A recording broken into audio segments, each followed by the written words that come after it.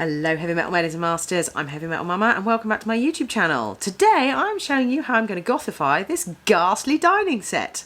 We got it off of our local Buy Nothing group, which was started by the beautiful, wonderful The Haunted Bat, and it's a 90s dream. It was made in 1996. It's very, ghastly. We have these lovely covered chairs with a covered back panel and a seating panel and this ghastly, I think it's pine table and chairs. The table, as you can see, some of the varnish is damaged, etc. It actually has leaves in it so that you can pull it open the centre and make it longer. But yes, as you can see, it is definitely of 1996, but we got it for nothing, so I thought I would try and gothify it and I would take you guys along for the ride. So this is one of me opening the leaves so that you can see the table at its full size.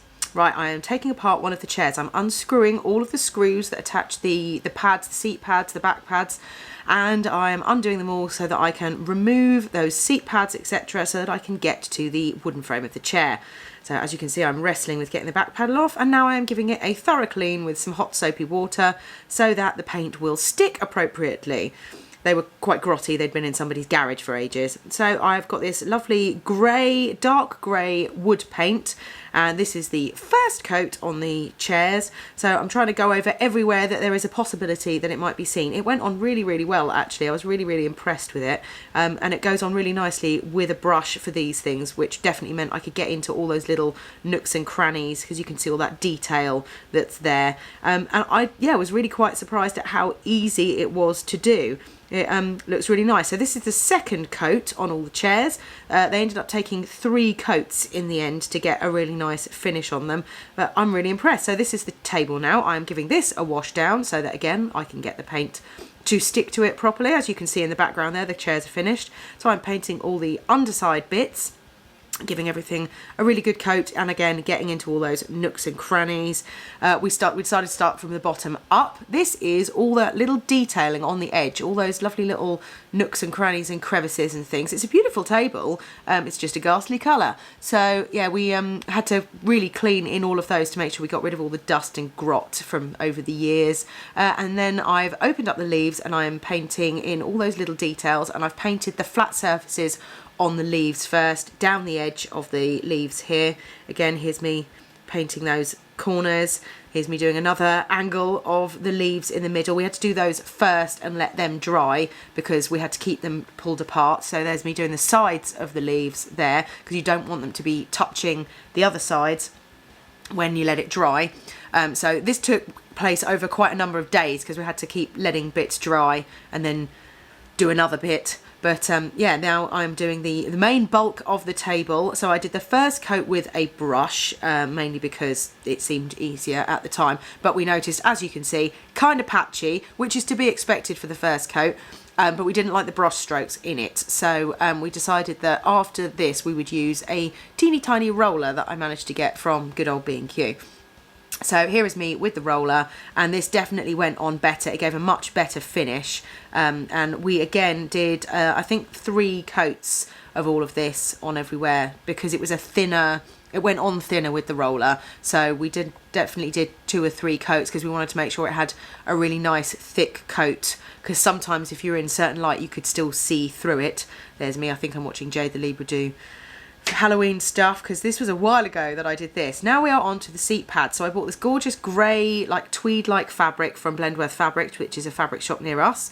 We cut it into squares, and then me and Heavy Metal Hubby spent ages trying to figure out how to fold it round all the little corners and stuff and staple it down so that we could just recover. We decided not to take off the original covers because why bother? And yeah, we stapled these on and they stayed on really well. Actually, I was really impressed. It took quite a bit of stretching the fabric to make sure it stayed on really nicely. But I picked this fabric because where it's got different shades of grey in it, the children being disgusting and getting stuff over there, it means that spills don't show up as much, and it's quite easy to clean. So I'm, you know, really impressed with that. The main things was doing all these little curves and stuff on it, but looks really impressive. And then we screwed them back on. So here I am taking out one of the back panels. So I'm now removing all of the staples along the top edge, which is what kept the original fabric on. Then I slightly unpicked some of the stitches down the side and pulled that off. And what you're left with is like an MDF panel with some foam on it. Then I used the old one as a pattern, cut 2 of those, pinned them all together, which is what I'm doing now, down 3 sides, so that you end up with like a sock.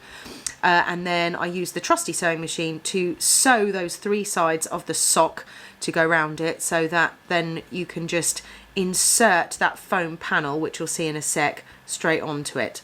So that was quite easy to do the sewing. I trimmed the edges, the seam edges, so that it was nice and tight to the seam edges, so there wasn't a lot of bulky fabric, because I was a bit worried it wouldn't fit in the hole on the chair if there was too much excess fabric. So then I very carefully eased it on to the MDF board with the foam on top. And then I trimmed it off at the top, and then I tucked it in nicely, and then I hand sewed the top shut, because where the MDF had been stapled, I could see that if I tried to staple it again, it would probably fall apart. So I decided it was actually much easier for me to hand stitch it in and then place them back in. And that is the finished dining set. It's only taken me 6 months, but I absolutely love it. I think it looks really, really gorgeous. So as you can see, it went on beautifully. It looks really, really great now with, you know, with time. We have noticed there's a few dinks on some of the chairs, but because we've got extra paint, we can just top those up if we want. And with children, you know that they're going to destroy everything, so it's fine that it means that I can put some more paint on. And I got this lovely cushioned tablecloth from Dunelm, and that means then that when the children eat on it, etc., that they can't scrape the top of the table and chip off the paint. And it also means, because it's waterproof, if anybody spills anything on it, it won't end up all over the place. That is our dining room set. So this is our Goth table. I'm absolutely thrilled with it. The whole thing, buying paint and the fabric, cost me £100. So that was £30 for all the paint and £70 for the fabric, which was definitely the most expensive outlay. I bought way too much fabric. I bought 5 meters of it, and I probably maybe used 2.5. So I could basically recover everything again if I wanted to, which is great, because it means if the children do something disgusting on them, we drop something on them, I can just whip the fabric off, redo it. You know, I'm really, really pleased with how it looks. I love the texture of it. It looks so much better. So we decided to go for grey instead of black, because when we got some testers, and when we tried the black, we just thought it was too dark. And we liked the fact that like the black ornaments and stuff stand out on the grey. We thought that if we did black, it would show up more stains and dinks and that kind of thing. And I really like the grey. I think it's softer than black. Black can be quite harsh. And a lot of our kitchen, the worktops are like a grey colour. The floor in here is a sort of greyish colour as well. So we think it works really well. It's very my aesthetic. I like grey in our house. We have a lot of grey. The walls will all become grey at some point when we get around to painting them. But no, I'm really, really impressed with it. I mean, there's a few little, I don't know if you can see it from there, there's a little dink here, but it's just, yeah, it's a little paintbrush and touch it up. It's no big deal. It took a long time, but to be honest, it didn't take that much time. It's just that I did it here and there. And when I had a free afternoon, I would paint a bit more, or when me and Heavy Metal Hubby had some free time together, we would do the stapling of the bottoms. I have to admit, these, I don't think I touched it since before Christmas, and I finally decided to do these when I had COVID, because I was bored. And I bit the bullet. I was quite frightened about recovering these. I was quite worried that I was going to take off the original sleeve and that I was going to try and do it. It wasn't going to work, and we were going to be stuck. And in the end, I bit the bullet, and actually it was so easy. I thought, oh, I'll bet you'll have to try 2 or 3 times to get the shape right. No, first time, absolutely perfect. So I really surprised myself with how easy it was to do. And it was good fun. It was great. I really feel like I've created something, and it's really nice that I've done something in this house, because obviously Heavy Metal Hubby's done a lot here because he's very handy. I'm not so handy, but this was something I really felt I could put my mark on. And it was funny because nobody else could see my vision, but I did keep saying to them, well, if it doesn't work out, then we'll just take it down the tip. It was free anyway. So, but I think it looks great. It's a great way of recycling something, you know, because we were going to go out and spend, you know, a couple of £100 buying a dining room set, and we don't need to. And this is far nicer quality than anything that we would have paid for. So I am thrilled with it.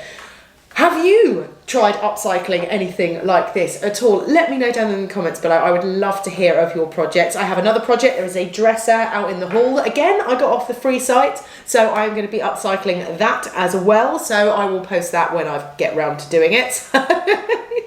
But if you enjoyed this video, please remember to like, comment down below to discuss any of the things that have come up in the video, subscribe to this channel if you haven't already, and thank you to all of you that already do. Hit that notification bell so you can find out whenever I upload, and remember people, stay heavy.